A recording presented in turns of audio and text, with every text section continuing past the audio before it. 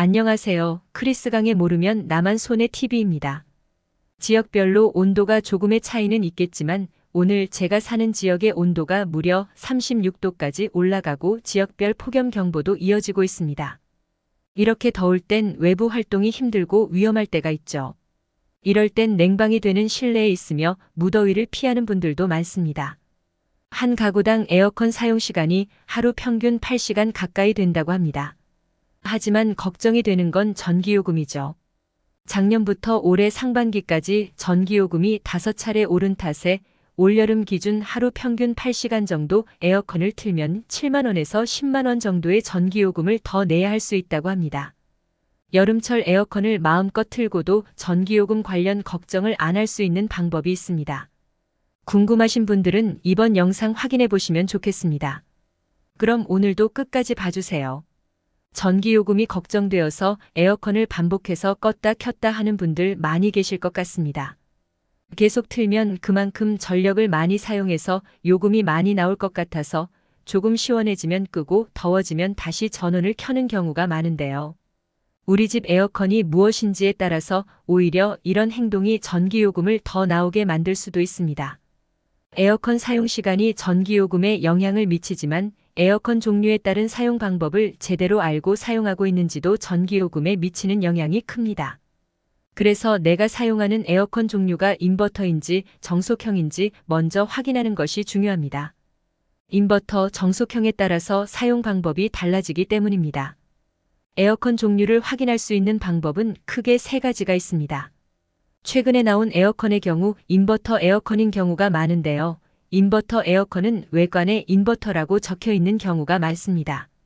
최신 에어컨을 보통 이렇게 표기하기 때문에 외관으로 쉽게 확인할 수 있습니다.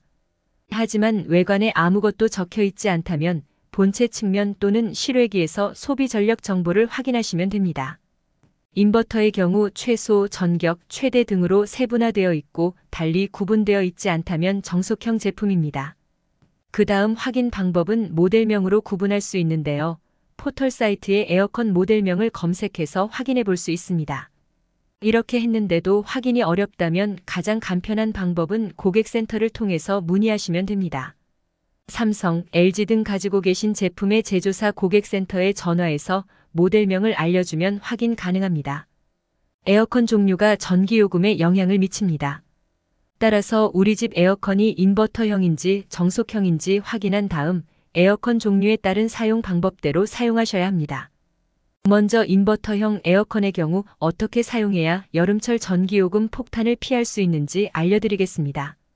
인버터 에어컨은 실내 온도가 설정 온도보다 낮아지면 실외기 작동 속도를 줄이고 다시 실내 온도가 설정 온도보다 높아지면 실외기 작동 속도를 높입니다. 따라서 인버터 에어컨은 계속 껐다, 켰다 하는 것보다 처음에 최저 온도로 설정을 하고 실내 온도가 어느 정도 떨어졌을 때 희망 온도를 설정한 다음 계속 작동하는 것이 효율적인 사용 방법입니다.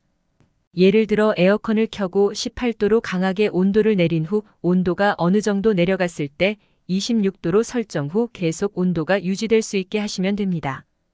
즉, 인버터 에어컨은 필요할 때마다 껐다, 켰다 하는 것보다는 희망 온도를 설정하고 계속 켜두는 것이 오히려 전기요금을 절약하는 데 도움이 된다고 합니다. 다음은 정속형 에어컨 사용 방법입니다.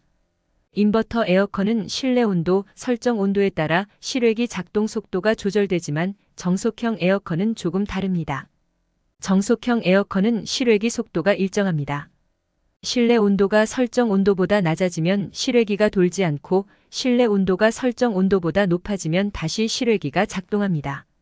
즉, 실내 온도와 설정 온도에 따라서 실외기 작동이 멈추거나 가동되거나 두 가지입니다. 그래서 정속형 에어컨을 사용하면서 전기요금을 줄이고 싶다면 에어컨을 가동하고 낮은 온도로 설정해서 빠르게 실내 온도를 낮춘 다음 에어컨을 끄고 다시 실내가 더워진다면 그때 다시 에어컨을 켜는 식으로 사용하는 것이 좋습니다. 인버터처럼 실외기 속도가 조절되지 않기 때문에 장시간 켜놓고 사용하는 것이 아니라 낮은 온도로 설정한 다음 짧은 시간 사용하는 것이 전기요금을 절약하는 데 도움이 됩니다.